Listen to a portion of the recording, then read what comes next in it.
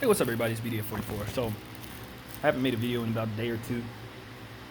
Nothing particular. No reason for that. Just didn't have anything to say. But, that has changed. Okay, so there's a word that I can't say. I've been suspended twice on Facebook for saying it. The word starts with a C, ends with an N, and it has a couple O's in the middle of it. That's about it. 4-letter word. And that word is who I'm addressing today.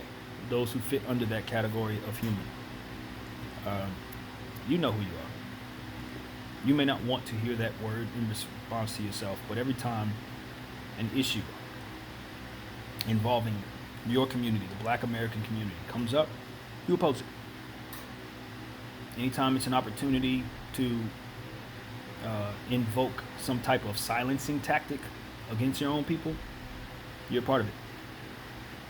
Anytime it's time to hold us accountable for stuff that we've done in response to us telling others to hold themselves accountable for what they've done to us, you're pushing that narrative as well. Anytime it's time to smear an African American or point out the injustices caused by a victim who happened to be African American or a supporter of African Americans for that matter. The person could have been Caucasian, but you will point out every single thing wrong with their past leading up to the injustice that took place involving their death, or in Jacob's case, attempted murdering. You support that. You support that heavily. You support anything that involves victim shaming an African American in terms of being brutalized by police or brutalized by the people that you're trying to be friendly with and in support.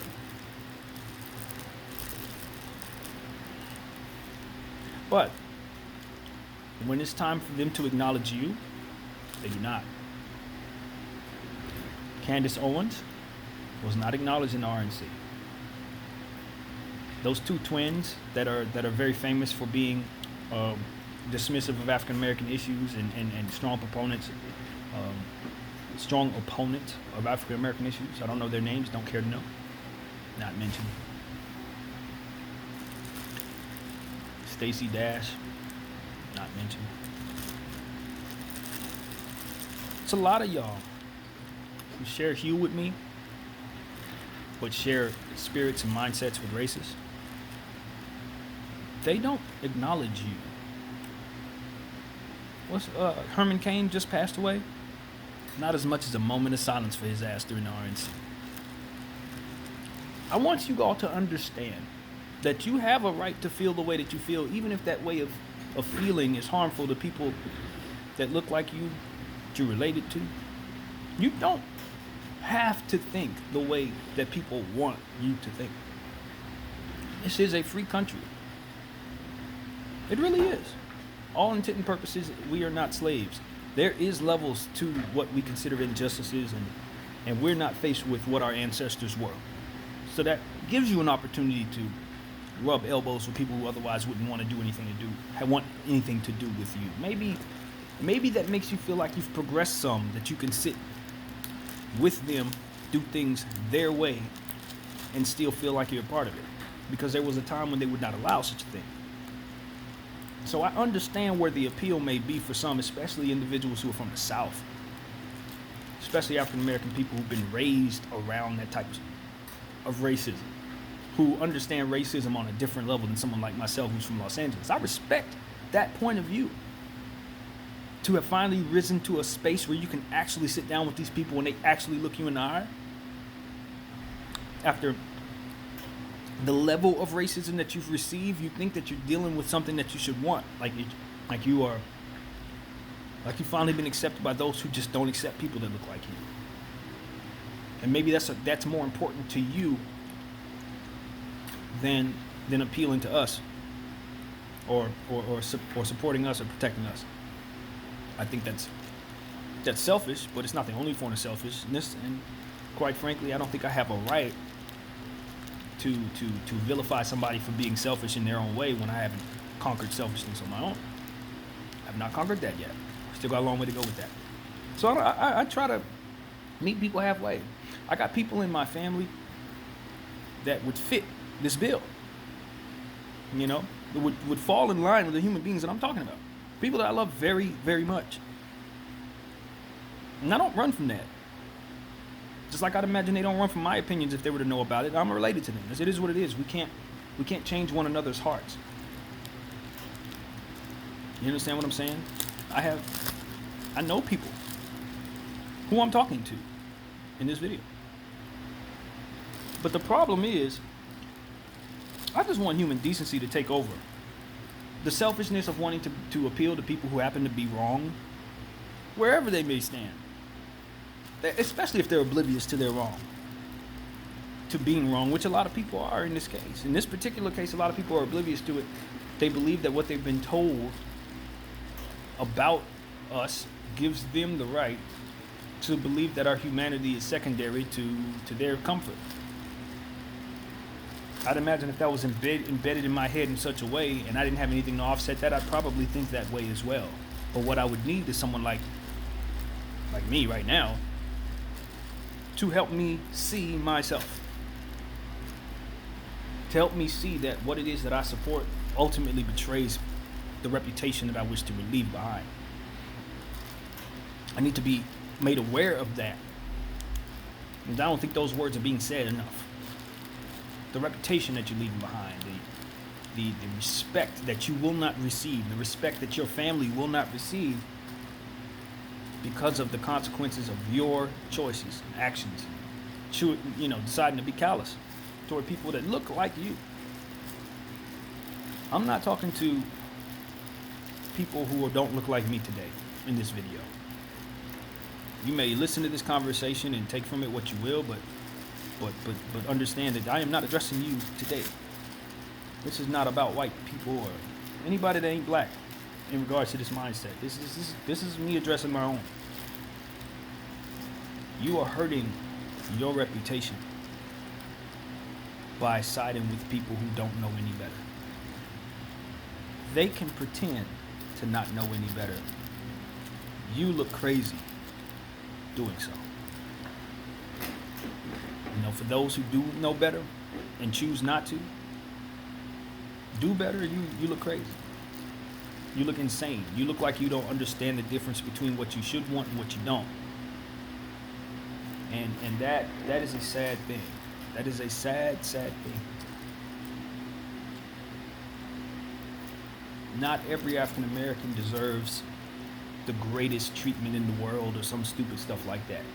Not all of us are great people. I've said this a million times. I don't come here stating to you that the character of African Americans as a whole should be considered angelic. I don't feel that way. I don't have evidence to even believe such a thing. Not at all. I don't know that there aren't plenty of black people who would, if the shoe was on the other foot, be just as bad, if not worse. I can fathom such a thing. I believe I know a couple of those people. They would be slave owners. They would be those who would steal land from others. They would be those who would prioritize their comfort over the lives of people. Those African American people exist. They exist. They have black rapists, black pedophiles, black murderers, black con artists, black wife beaters, black everything horrible in the world. We can have that in our group. We will never, ever hear me say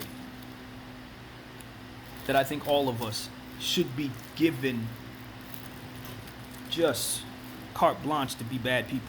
I will never think that. And I do believe that there are some African Americans, maybe some of them who are screaming Black Lives Matter, who believe that all black people should be treated with immunity for all things just simply because of what we've gone through. I don't share that thought. I just don't think we should be treated especially poorly. That's all I'm saying. And from what I have seen, heard, and read, my ancestors were treated especially poorly. Those who fought on their behalf were treated especially poorly. You understand what I'm saying? Could have been a white guy, could have been a Spanish guy, could have been anybody.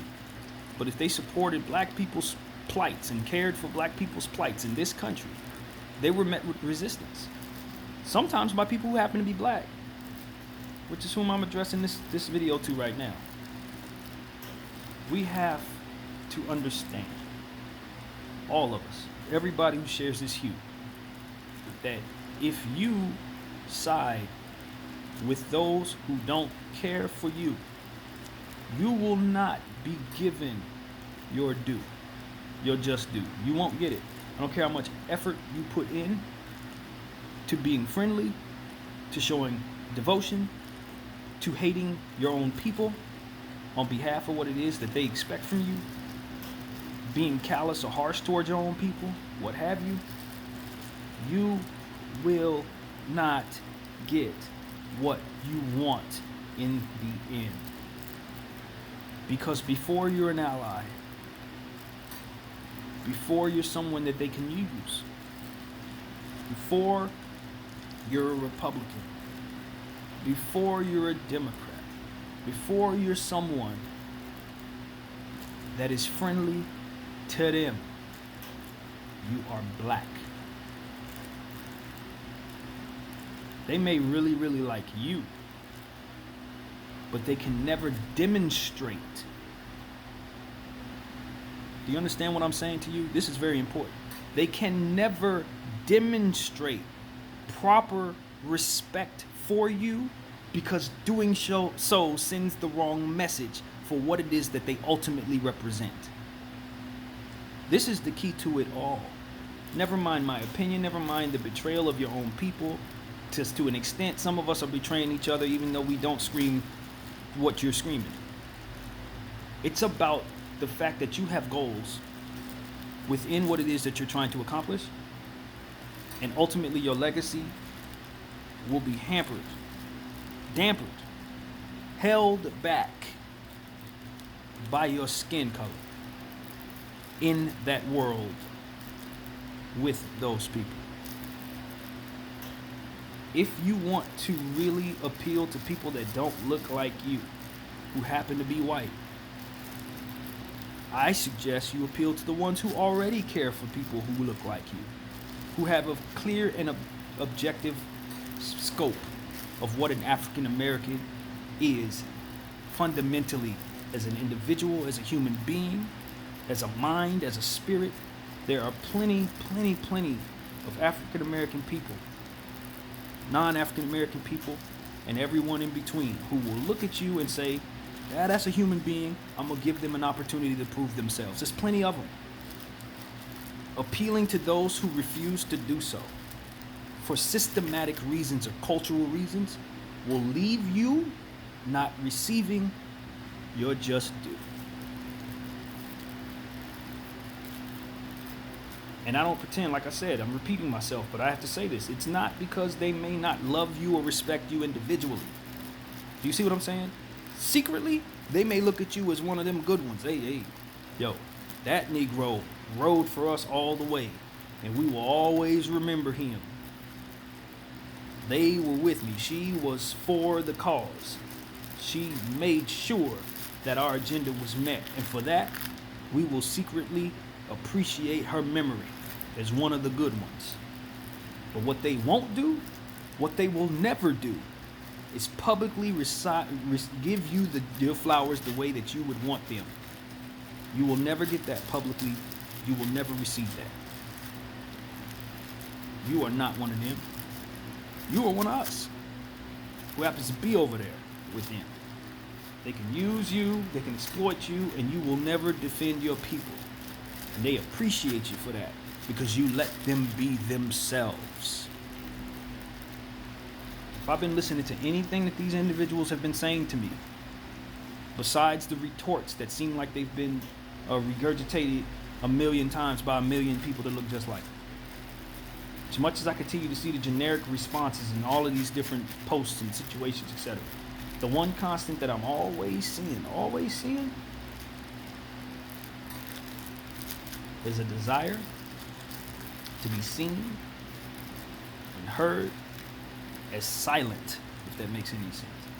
They consider themselves a silent majority, a somewhat oppressed people. Now, why they would find themselves that way?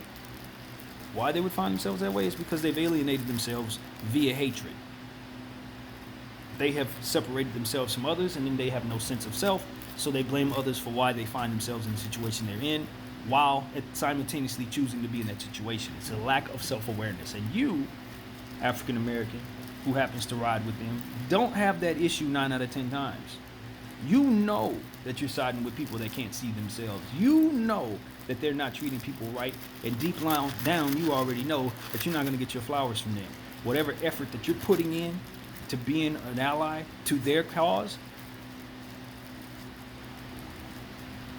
you'll get no recognition. Those who have done less than you, who happen to look like them, will get your flowers. They will receive your recognition. They will receive the credit that you put in, that you deserve for what you put in, brother. We're seeing it. You don't have to listen to me talk about it. I just named a few prime examples of individuals who rode hard for them and weren't heard of when it was time for their names to be mentioned. Some who are not even with us anymore. Not as much as a rest in peace, moment of silence, moratorium, conference, none of that. It wasn't because they weren't like-minded. It wasn't because they didn't appreciate those people even. It's because they will not show that much credit to a black person. Sends the wrong message. They have a reputation to uphold. And seeing you as one of them betrays that. It simply betrays it. Let me rephrase what I just said. Seeing you as one of them isn't the problem. Acknowledging you as one of them is what they cannot do. You have been warned. Black power.